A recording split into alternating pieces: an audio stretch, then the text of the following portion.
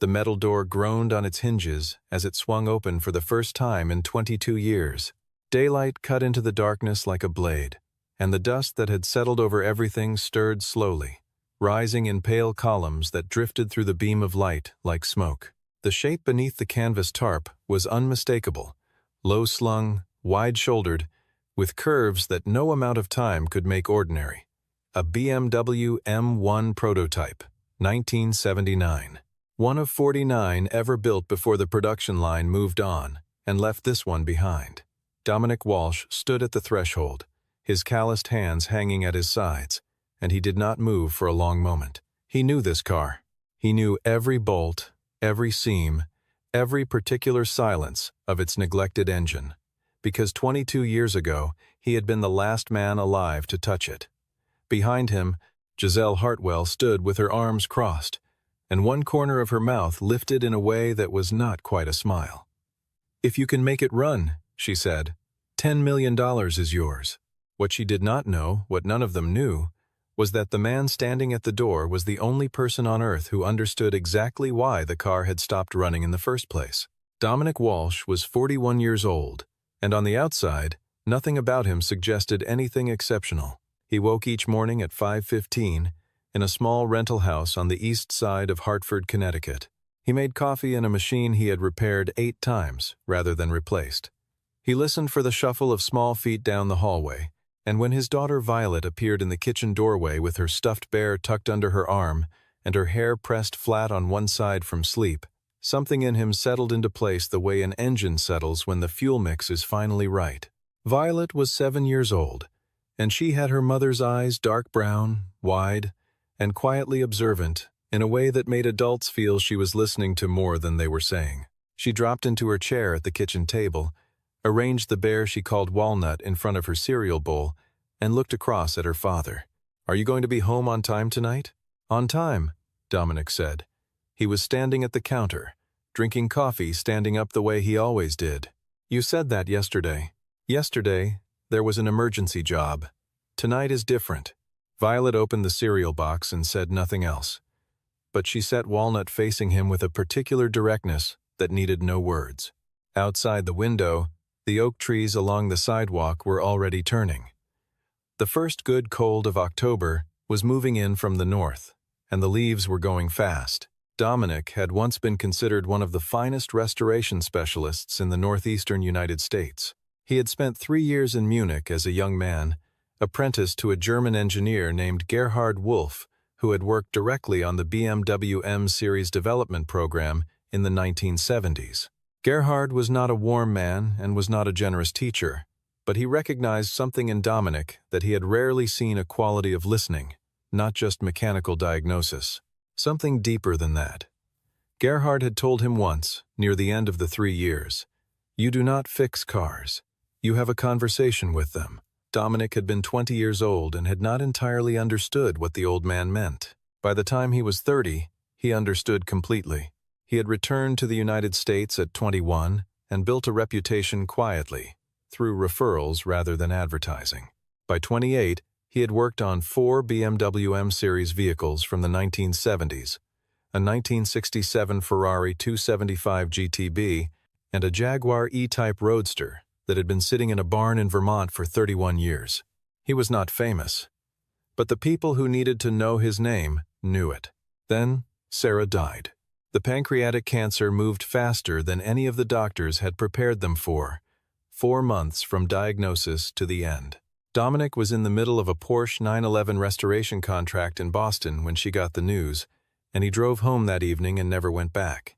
He sold his specialized tools, the ones that had taken years to acquire, and called every client and every contractor and said he was taking an indefinite leave. He did not expect to return. He had not returned. Not to that version of his life. He worked now at Aaron Mills's garage on a secondary street 12 minutes from the house, doing oil changes and brake jobs and the occasional transmission flush. Aaron was a fair man and did not demand more than the work required, which suited Dominic fine. The salary covered rent, Violet's school fees, and occasionally a new box of wax crayons when the old ones wore down to nothing. Every night after Violet was asleep, Dominic sat in the small workshop space behind the house not large enough to be a proper garage, barely large enough for a workbench and a stool, and opened the old notebook he kept in the locked drawer. The pages were yellowed and dense with hand-drawn diagrams, technical annotations in both English and German. The traces of a mind that had once been fully alive to its purpose. He never showed the notebook to anyone. He was not sure, some nights, why he still kept it open. He did not yet know that on Tuesday evening, that notebook was about to find its reason. Owen Bradshaw called at 7 in the evening, while Dominic was washing the last of the dinner dishes. Owen was an old friend from vocational school. They had studied automotive mechanics together 20 years ago in the same Connecticut program, and their lives had diverged sharply afterward. Owen had gone corporate, climbing steadily into a senior technician position at Hartwell Automotive Group, one of the largest high-end vehicle distribution and restoration companies in New England. They did not see each other often, but Owen called when it mattered. "Dom, did you see the news this week?" "No." Hartwell opened the storage vault in the main building, sub-basement level. They've had it sealed since 2004. A pause. They found a BMW M1, 1979 prototype, original chassis. The car they locked away. The dish in Dominic's hand went still. "Dom, you know which car I'm talking about. Keep going." Giselle Hartwell, Richard's daughter. She's running the company now. Since Richard passed last year, she called a press conference this morning. Public challenge, notarized contract. Anyone who can restore the car to running condition within 7 days takes home $10 million. Applications close Friday. Dominic sat down at the kitchen table. From the living room, he could hear Violet drawing the soft drag of wax crayon across paper. How many people applied? 47 as of this afternoon. Certified BMW engineers, a restoration team flying in from Stuttgart, the guy who handled the McLaren F1 restoration for a collector in Scottsdale. "Owen, yeah, why are you really calling?" A longer pause. "Because I was in that vault today, Dom. I saw the car, and I saw something on the passenger seat under the cracked leather, wedged along the door panel." Owen lowered his voice. "A notebook, blue cover. I recognized the handwriting on the front." Dominic did not breathe. "It's yours," Owen said quietly. "I didn't tell anyone, but you need to come in." The next morning, Dominic found the press conference footage easily. Giselle Hartwell stood in front of the open vault door in a tailored charcoal suit, camera flashes going off around her like small white explosions. She was 32 years old, with the particular self-assurance of someone who had spent her entire adult life in rooms where people deferred to her. She had a business degree from Wharton, a clean professional record, and no technical credentials of any kind. She spoke fluently about the car's history, the 1979 prototype chassis, her grandfather's acquisition of the vehicle in 1982, and she ended with the challenge, delivered with a smile that made it sound like she was doing the world a favor. Dominic watched the clip to the end, closed his laptop. He stood up, walked to the hook by the back door, and took down his old work jacket. In the right pocket, folded tight, were 3 pages of handwritten notes from a job he had never finished. He put the jacket on and drove to Hartwell Automotive Group. The lobby of the Hartwell building was glass and brushed steel, and the particular kind of silence that expensive air systems produce. The receptionist looked at him, the way receptionists in buildings like this always looked at men who came in wearing flannel and work boots politely, with a careful blankness. "Submitting an application for the restoration challenge," Dominic said. "Company or individual?" "Individual." He waited 40 minutes on a leather chair in the reception area. Around him, other applicants came and went. A group of German engineers in dark suits carrying laptops and diagnostic equipment cases, a California restorer Dominic recognized from a trade magazine cover, 2 university engineering professors who spoke quietly to each other in technical shorthand. Everyone glanced at him once, and then away. Jason Keller found him first. Keller was the head of Hartwell's internal mechanical division, 48 years old, heavy-set, with a silver watch on his wrist that no working mechanic had any business wearing. He had led 3 separate restoration attempts on the M1 over the previous 5 years. All 3 had failed. He had built his professional standing at Hartwell largely on the authority that came from being the man who had gotten closest. He stopped in front of Dominic, and his face shifted into something that was not quite amusement, but was close to it. "Walsh, what are you doing here?" "Submitting an application." Keller looked at the handwritten form in Dominic's hand, and then at Dominic himself, with the expression of a man watching something he finds both confusing and faintly entertaining. "You're doing brake jobs for Aaron Mills. You want to tell me what you think you're going to accomplish with a 1979 prototype that my team of 30-year veterans couldn't touch?" Dominic did not answer. Giselle Hartwell emerged from the corridor at that moment, Charlotte Reeves behind her with a clipboard. Giselle's eyes moved across the room and settled on Dominic the way they settle on something out of place. "Who are you?" she asked. Direct, without preamble. "Dominic Walsh, here to submit an application." She looked at his form, then at his hands, the calluses, the permanent oil stain under the nails despite being scrubbed clean. "Where are you working currently?" "Mills Garage, Hartford." A brief pause. "That's a community shop," she said. "Yes. You understand the other applicants include a certified BMW engineering team and specialists who've worked Pebble Beach Concours vehicles." "I understand." Giselle looked at him for another moment. Then something shifted, from assessment to something that chose to find the situation entertaining rather than worth further analysis. "Application accepted. Walsh." She moved past him without breaking stride. "Good luck." Keller clapped a hand on his shoulder as Giselle disappeared around the corner. "Don't waste your week," he said, almost kindly. "That car has been dead for 20 years. Dominic picked up his stamped application form and slipped it into his jacket pocket. "It isn't dead," he said quietly. "It's been sleeping." The year was 2003, and Dominic Walsh was 21 years old and newly returned from Munich when Richard Hartwell first contacted him. Richard was then 60, still lean and sharp, a man who had built his company on a genuine passion for machinery rather than the inherited wealth that came with success. He had in his possession a BMW M1 prototype chassis, number 4301079, one of 49 hand-built vehicles produced by the Bar Coachworks in Stuttgart, before the production version went to the official manufacturing line. Richard had purchased it in 1982 from a private collector in Zurich for $300,000. It had sat in climate-controlled storage for most of that time, driven occasionally, maintained imperfectly, and last run reliably in 1996. Dominic was hired on a 6-month diagnostic and restoration contract. He moved his tools into the Hartwell vault and spent the next 6 weeks learning the car the way Gerhard had taught him completely, patiently, without assumptions. He read every piece of original documentation he could locate. He corresponded with a retired bar engineer in Stuttgart who remembered the prototype program. He took the car apart component by component, cataloging each piece in the blue-covered notebook he carried everywhere. He found the problems, not 1, 3, layered on top of each other like geological strata. The primary fault was in the Kugelfischer mechanical fuel injection system, a buildup of metallic sediment in the pressure control chamber, the result of an alloy composition BMW had used experimentally in the 1979 prototype run and quietly abandoned afterward because it degraded over time in exactly this way. Every specialist who had examined the car before him had focused on the fuel pump itself. The pump was fine. The pressure chamber was the problem.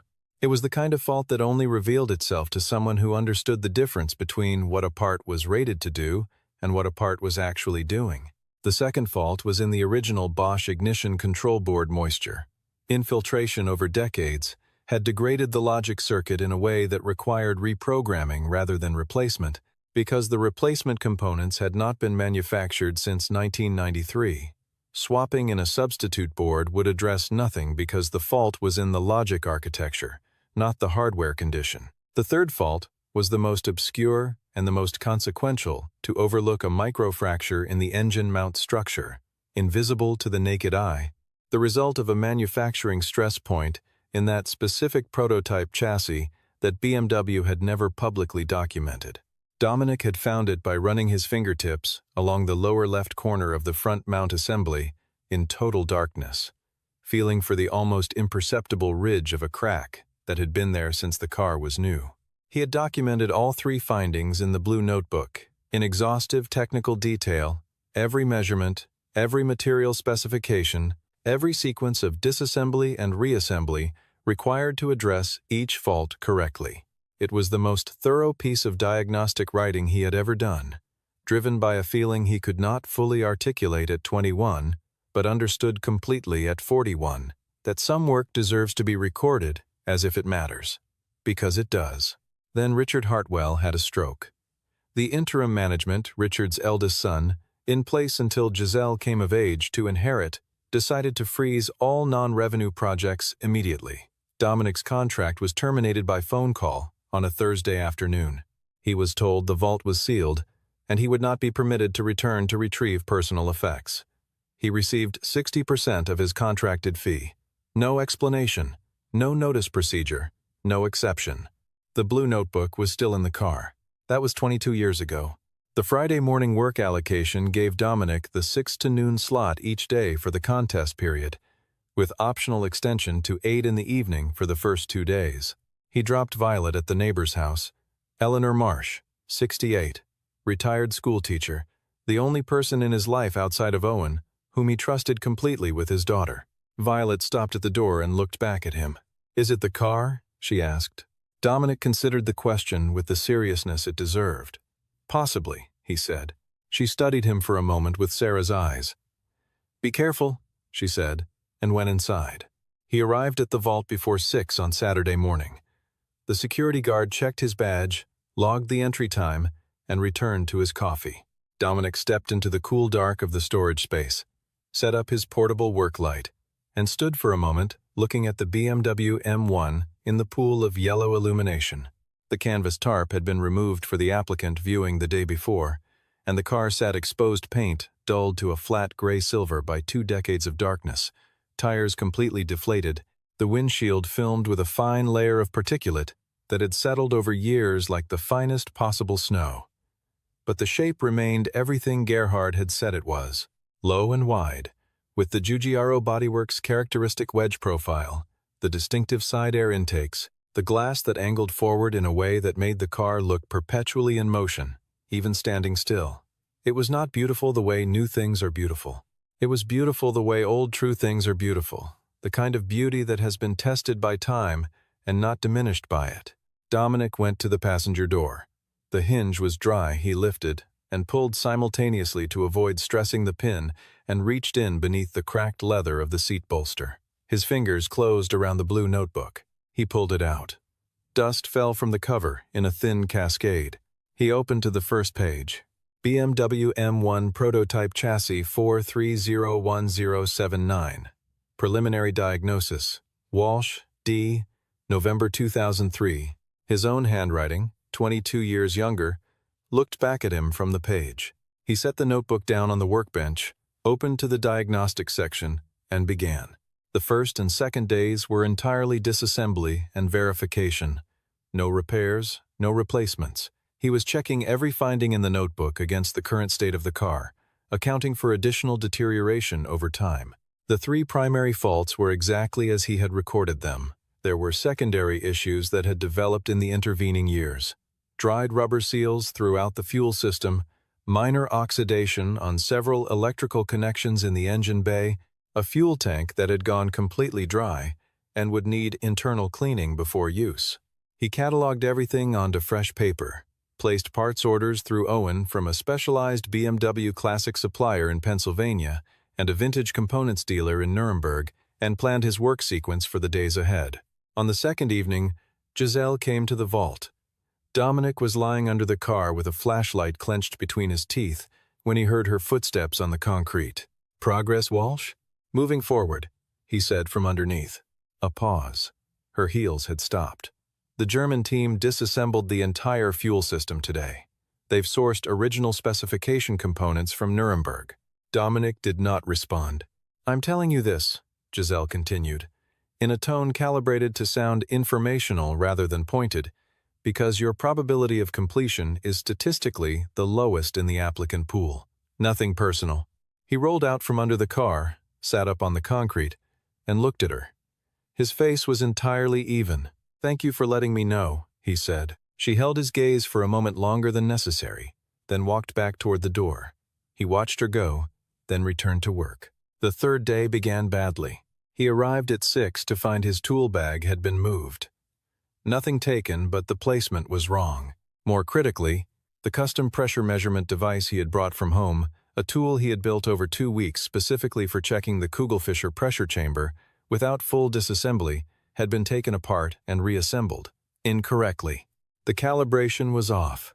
Someone had been in his workspace. Owen appeared at 8, visibly tense. Jason Keller had signed into the vault the previous evening, under the pretense of retrieving forgotten equipment. He had no equipment stored in the vault. "Do you want to file a report with Charlotte?" Owen asked. "No. Dom. The damage is minor. I can recalibrate in 40 minutes. Filing takes longer than that and costs me time I don't have." Owen watched his friend work. He had known Dominic for 20 years, and he recognized the particular quality of stillness in that face, not patience, in the way people describe patience. The total elimination of everything that was not the task directly in front of him. The real crisis on day 3 was not Keller. It was the parts. The specialized components ordered from Germany were held at customs for an additional 24 hours. The Kugelfischer pressure chamber, insert the central piece of the primary repair sequence, was not arriving until Monday morning. Without it, the primary fault could not be addressed, and without addressing the primary fault first, the entire work sequence Dominic had planned collapsed. He called Aaron. "I need 606 1T6 aluminum sheet, 3 mm thickness, and access to a CNC lathe. Who do you know?" Aaron was quiet for a beat. "Sam Whitfield on Trumbull Street. He's closing the shop, selling the equipment. You'll have to talk him into it yourself." Samuel Whitfield was 70 years old and had been a precision machinist for 40 of those years. He did not know about the BMW and did not care about the $10 million. But when Dominic described the dimensional specifications of the component he needed, fabricated, speaking in exact terms of tolerances and surface finishes and alloy behavior at operating temperature, Samuel listened all the way through without once interrupting. At the end, he said, "Come this afternoon." Dominic left the vault at 11, drove to Trumbull Street, and stood next to Samuel's CNC lathe for 4 hours, directing the fabrication of a replacement pressure chamber insert, accurate to within 0.02 of an inch. He returned to the vault after 6, with the component wrapped in clean cloth in his jacket pocket. The 4th day was the one Dominic had both anticipated and dreaded, because it required addressing the microfracture in the engine mount, and the contest rules had prohibited specialized diagnostic hardware in the interest of equal conditions among applicants. He did not need an ultrasonic scanner. He knew exactly where the fracture was, 22 millimeters below the second mounting bolt on the lower left corner of the forward mount assembly, running longitudinally for approximately 8 millimeters. He reached in and found it with his fingertip the same way he had found it in 2003 by feel. In the dark, running the pad of his index finger along the metal surface until the almost imperceptible ridge of the fracture line registered against his skin. It was unchanged. A structural crack of that nature either propagates under load or remains stable in storage. This one had stayed stable for 22 years, waiting. He did not weld it. Welding would introduce heat stress to the surrounding alloy in a way that compounded the original problem. Instead, he used a cold bond reinforcement technique, metal compound epoxy, applied in sequence with a precisely cut aluminum backing plate, held under pressure from a clamp he fashioned from bench materials, while the epoxy cured. Gerhard had taught him this approach for components that could not be removed for conventional repair. Done correctly, it was structurally superior to a weld in exactly this kind of application. Violet called at 11 in the morning while he was waiting for the first layer to cure. He set down the brush and answered. "Are you okay?" she asked. "Fine. Are you okay?" "Yes." A pause with the particular weight of a child working up to something. "Mrs. Marsh told me you used to fix really special cars. She said you were the best, and you just didn't know it." Dominic looked up at the BMW M1's engine bay opened and exposed in the worklight's pool of yellow. Every component accessible and waiting, the exposed machine had a kind of honesty to it that closed, finished things never had. "She's a generous woman," he said. "Bah." She used the Vietnamese word for father, a habit inherited from Sarah, who had used it with her own parents. "Do you think about Mom when you're working?" The question arrived like a change in pressure. "Yes," he said. "Me too," Violet said quietly. "I think she wants you to finish the car." He stood still for a long moment. "I'll finish it," he said. "Sleep well tonight." He ended the call and stood with his hand on the phone. Then he picked up the brush and continued. Charlotte Reeves came to the vault that evening, alone, without the clipboard she usually carried. She stood at the entrance briefly before speaking. "I've been reviewing the company archives," she said. 2003 you were brought in by Richard Hartwell on a 6-month diagnostic and restoration contract for this vehicle. The contract was terminated after 3.5 months, when Richard suffered his stroke. The company paid 60% of the contracted amount with no formal notice procedure and no documented justification for the termination. Dominic set down his torque wrench. The remaining 40%, with standard contractual interest compounded over 22 years, amounts to $460,000, Charlotte continued. That's a separate liability from the contest prize. The company owes it regardless of how this week ends. "I didn't come here for a lawsuit," Dominic said. "I know. I'm telling you because you should know what's owed to you." He looked at her. "What made you look it up?" Charlotte was quiet for a moment. "Because I watched you work in here for 3 days, and you don't work like someone who came for the prize." She set her clipboard down against the wall. "You work like someone who came to finish something." After she left, Dominic turned back to the engine bay and stood in the silence for a long time. There are things a person starts and does not finish, not for lack of skill or will, but because life moves in directions that were not planned, and some projects get sealed behind closed doors, along with everything else that couldn't be taken when leaving in a hurry. Those things do not disappear. They wait, the way unresolved things always wait, at the edge of a person's awareness, occupying a space that nothing else can quite fill. He had been carrying the weight of this unfinished thing for 22 years without naming it as such. Standing in the vault now, with the car open in front of him, and the tools laid out in order, and the notebook pages turned to the right section, he understood that the $10 million was not the reason he had come. It was a consequence. The reason was simpler and more difficult to explain. Some work deserves to be finished by the right hands, and he was the only pair available. He picked up the wrench. The 5th day was the last full working day before demonstrations. Dominic was at the kitchen table at 4 in the morning, with the remaining task list in front of him. 5 items. The German parts had arrived Monday afternoon as promised. Everything was staged and ready. He had 9 hours of scheduled vault access. He wrote the estimated time for each item in the margin. Added the numbers twice to be certain. It was achievable. Barely. If nothing else went wrong, he arrived at 6. Keller arrived at 7. The vault was large enough that they never needed to share space, but Keller did not go to his own station immediately. He stopped partway across the floor and stood looking at what the BMW had become over 4 days of Dominic's work. The engine bay was fully reassembled. The fuel system was complete. Kugelfischer unit cleaned. Pressure chamber replaced with the machined insert from Samuel's shop. All lines reconnected in correct sequence, with new sealing compound at every joint. The ignition wiring harness had been cleaned and rerouted where oxidation had stiffened it. The engine mount reinforcement had cured solid. The fuel tank had been cleaned internally and refilled. Both front tires had been properly inflated, as had the rear. From the outside, the car did not look transformed. The paint was still aged and flat. The body still wore the character of decades undisturbed. But to anyone who could read what was under the hood and beneath the chassis, the message was unambiguous. "You reinstalled the original pump," Keller said. "It didn't need replacing, but the chamber was blocked. Metallic sediment in the pressure regulation passage. I machined a new insert for the intake side. Clean passage, original pump, original function." Dominic did not look up from his work. Keller was quiet. He leaned in slightly, looking at the Kugelfischer assembly, studying the configuration of the reinstalled components with the focused attention of a man who had tried and failed to solve the same puzzle and is now seeing, for the first time, that he had been looking in the wrong place all along. "You've known this car before," he said. "Not a question. A conclusion." Dominic reached for the torque wrench.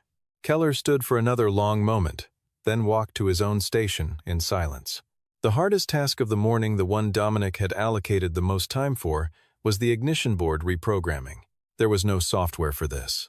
The original Bosch control board from 1979 was not in any current database, had not been supported for decades, and the logic architecture it used predated every modern diagnostic interface by a significant margin. The German engineering team had planned to source a compatible replacement board. Dominic had chosen a fundamentally different approach. In the blue notebook, on pages 41 through 48, he had recorded the complete logic map of the original board, measured point by point with a multimeter over 6 hours in November of 2003, transcribed in his own notation system. Because no standard documentation existed, it was the most precise piece of technical work he had ever done, and he had done it with the particular thoroughness of someone who understood, even then, that this information might one day matter in ways he could not predict. He opened the notebook to page 41. The reprogramming took 2 hours and 18 minutes. One incorrect reading, one transposed connection, and the sequence would fail, with no time remaining to diagnose and correct it. He worked in complete silence. No music, no checking the clock, just the board, the notebook, and his hands moving through the steps in the exact order he had written them 22 years ago by the light of a work lamp in a sealed vault. At 4:13 in the afternoon, he reconnected the board to the main circuit and applied power. The dashboard warning indicators came on in sequence 1, 2, 3, each illuminating in the correct order according to the original system's startup logic. Then, one by one, they went dark. System nominal. Dominic set down his testing lead and sat completely still for a moment. Owen arrived at 5. He stood at the edge of the work area, looking at the reassembled engine, the clean bay, the orderly routing of reconnected wiring. He did not speak immediately. "Dom," he said finally, "you actually did it." "Not yet," Dominic said. "One step left." Owen looked at him. "What step?" Dominic met his eyes, starting it. Violet called at 6 that evening. "Are you almost done?" "Almost. Are you going to win?" Dominic looked at the BMW M1 standing under the work light. The paint was still aged. The body was still what time had made it. But inside he knew with the certainty that only comes from having put every component back with his own hands, in the right order, for the right reasons. Everything was ready. "I don't know," he said honestly. "I did everything I could do." A brief pause on her end. "That's enough then," Violet said. "Mrs. Marsh always says that's enough." He smiled, the first genuine one, in 5 days. "I'll be home before 8, he said. "Set Walnut at my place for dinner." The demonstration was scheduled for 10 in the morning on Friday. The vault's large roll door had been opened to the loading bay area outside, where the concrete apron gave enough clearance for vehicles to be brought out and assessed by the judging panel. Giselle Hartwell stood with the 5-member panel: Charlotte, 2 company legal representatives, an independent mechanical adjudicator hired specifically for the occasion, and a videographer retained to document the proceedings in full. The morning proceeded through the other applicants in scheduled order. The German engineering team had requested a 3-day extension to complete their parts sourcing. The request had been denied per the original contest terms. They withdrew. The California specialist managed to start his vehicle. The engine caught and ran, rough and uneven, for 17 seconds before an irregular combustion noise prompted him to cut power. A second attempt produced no response. He withdrew. 3 remaining applicants did not reach the demonstration threshold. Their vehicles either failed to start or triggered protective shutdown within the first few seconds of running. Jason Keller went forth. He had worked with a 2-person team for all 7 days, and his preparation had been extensive.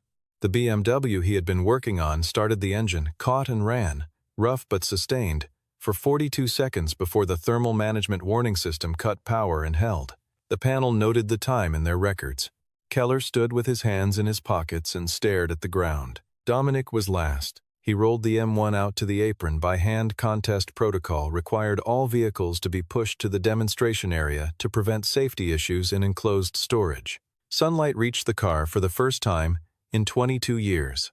In direct light, the aged paint had a particular quality, flat and honest, carrying its history without apology. The low profile of the Giugiaro body, the angled windshield, the long, clean line of the sill, None of it had diminished. Time had not reduced the car. It had given it a different kind of presence, the presence of something that had survived without compromise. Giselle stepped forward to look at the engine bay, which Dominic had opened before rolling the car out. She stood looking at the assembly for a moment in silence. Then her eyes moved to the passenger seat, where the blue notebook lay open to the diagnostic pages.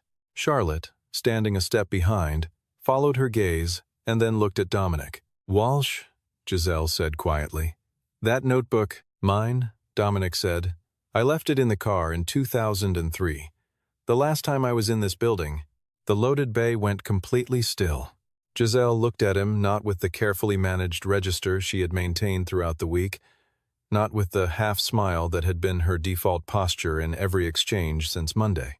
She looked at him with the expression of someone performing a real-time reassessment of an evaluation she had believed was finished. The independent adjudicator stepped forward. "Mr. Walsh, you may begin when ready." Dominic opened the driver's door. The hinge moved smoothly. He had lubricated every hinge on the car on day 2. He lowered himself into the seat and adjusted the backrest and sat for a moment in the narrow cockpit. The smell was 22 years of leather and dust and old rubber, with something underneath that was purely mechanical, the specific mineral presence of a precision engine that had not yet run but was ready to. It was a smell he recognized from Munich, from every dark workshop where something important waited for the right moment. He checked the gauges, positioned his hands on the wheel. He exhaled, slowly and evenly. He turned the key. For the first 10 seconds, there was only the turning of the starter motor, the mechanical effort of a system waking from a very long stillness, pistons beginning to move, the Kugelfischer pump building pressure in the fuel lines for the first time in over 2 decades. The sound was deliberate and patient, the sound of something very old reminding itself what it knew how to do. Then the engine caught. It did not sputter, it did not labor. It came up from silence to a deep, even idle in the space of 2 seconds, a sound that was, in the precise way Gerhard had described it 40 years ago, more like music than machinery. A low, sustained, perfectly measured note from a 4-liter straight 6 that had been waiting 22 years for someone to give it the correct reason to run. No one in the loading bay moved. The temperature gauge climbed from cold through warm and settled at the correct operating range, with a steadiness that suggested nothing in the system was struggling. No warning lights on the panel, no combustion irregularities in the engine note, no protective shutdown. 1 minute, 2 minutes, 3 minutes. Dominic switched off the engine, opened the door, and stepped out. He stood beside the car in the October sunlight and said nothing. Giselle Hartwell was looking at him. For the first time all week, she had nothing to organize on her face. The conference room on the 14th floor was quiet that afternoon. Charlotte placed the contract on the table, $10 million, notarized, consistent in every detail with the public terms Giselle had announced at the start of the week. Dominic looked at the document for a moment. The number resolved into specific shapes, a real home for Violet, one with a yard and a room with morning light. Violet in any school she chose. A proper workshop with the specialized tools he had sold 4 years ago, and the ones he had never yet been able to buy. He set down the pen without signing. "I want to ask you something directly," he said. Giselle waited. "Do you know why the car was sealed for 22 years? She was quiet. Not because the damage was irreparable, not because no qualified person existed. The Interim Management Board decided in 2004 that restoring a one-of-a-kind prototype with no standard production application was not worth the investment. He looked at her steadily. A prototype chassis like this one original, matching numbers, with documented development provenance at current international auction values, it was worth between $8 and $10 million before I touched it. Running and certified, it's worth considerably more than that. You didn't announce this challenge because you genuinely believed no one could complete it. You announced it because you believed no one could complete it within 7 days without an unlimited budget and direct factory support. The room held still. Giselle did not look away from him. "You're correct," she said. "That was my reasoning." And now, she let out a slow breath, the first genuinely unguarded thing he had seen from her in a week. "And now, I owe you $10 million. Dominic picked up the pen and signed. After the contract was complete, Charlotte set a second folder on the table. The outstanding balance from your 2003 contract, with standard interest applied over 22 years, totals $460,000. The company will issue a separate settlement payment. Dominic looked at her. You didn't have to do that. The obligation existed before this week, Charlotte said. It should have been addressed before this week. Giselle folded her hands on the table. I also want to say what I told you in the lobby on Thursday, about your probability of success being the lowest in the applicant pool. I was dismissive in a way that wasn't warranted. A pause. I apologize. Dominic was quiet for a moment. You didn't know what you didn't know, he said. That's different from bad faith. He left the Hartwell building at 4 and drove directly to Eleanor Marsh's house. Violet came running out before he reached the porch, walnut under her arm and blue crayon still on her cheek from whatever she had been working on. She stopped when she saw his face and tilted her head slightly. Done, she asked. Done. Did the car run? He crouched down to her level. Yes, he said. The car ran. She put both arms around his neck and held on for a moment. Walnut pressed between them, and Dominic closed his eyes. He thought about Sarah, about the last clear afternoon in the hospital when she had held his hand and told him not to abandon the work, permanently give it up for Violet. Yes, for as long as Violet needed it, but not forever. He thought about the blue notebook and the 6 hours he had spent in a cold vault in November, mapping an ignition board point by hand, because something in him had understood, even at 21, that precision is a form of respect. He thought about Gerhard Wolf's voice saying you have a conversation with it, and how the conversation with this particular machine had taken 22 years to conclude. He stood up, took Violet's hand, and walked to the car. He spent the first 3 days of the following week finishing 2 jobs at Aaron's garage that had been waiting since before any of this began. On the last day, Aaron shook his hand and held it for a moment without saying much. That was the right amount. Owen called that evening with a development. The German engineering team had reached out to Hartwell about a research collaboration. They had specifically asked about the Bosch board reprogramming method and believed the approach could potentially be applied to at least 9 other unrestorable BMW classics held in private collections across Europe. Dominic said he would think about it. Giselle called Saturday afternoon from her personal number. I want to offer you a long-term consulting arrangement with the group. Flexible schedule, your choice of projects, no office requirements. A pause with a different quality than her usual ones. I also want you to know the Stuttgart team asked about your training background. You studied under Gerhard Wolf, 3 years. He's considered one of 4 or 5 people in the world who understood the M-Series development program from the inside. Most specialists in this field have never encountered his name.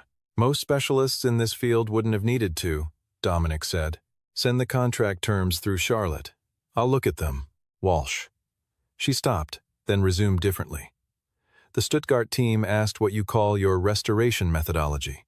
They want to document it for their archive. He looked out the kitchen window. From the living room came the sound of Violet humming to herself, a habit she had inherited from Sarah, who had hummed without ever seeming to notice she was doing it. It doesn't have a name, Dominic said. It's just doing things in the right order. A silence on her end. Then, that might be the most accurate description of genuine expertise I've ever heard.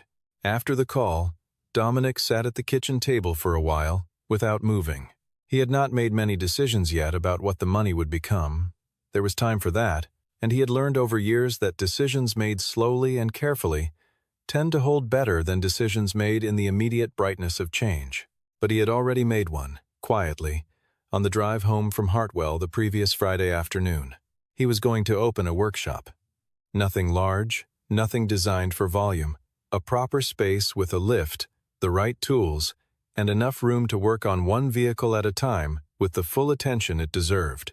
He already had a list held in memory, not yet written down, of 7 vehicles he knew existed in private storage across the country. Engines gone silent, histories left incomplete, machines sitting in the dark waiting for someone patient enough and knowledgeable enough to show up and listen. He went to the small workshop behind the house after Violet was asleep. He sat on the stool and placed the blue notebook open on the bench under the work light.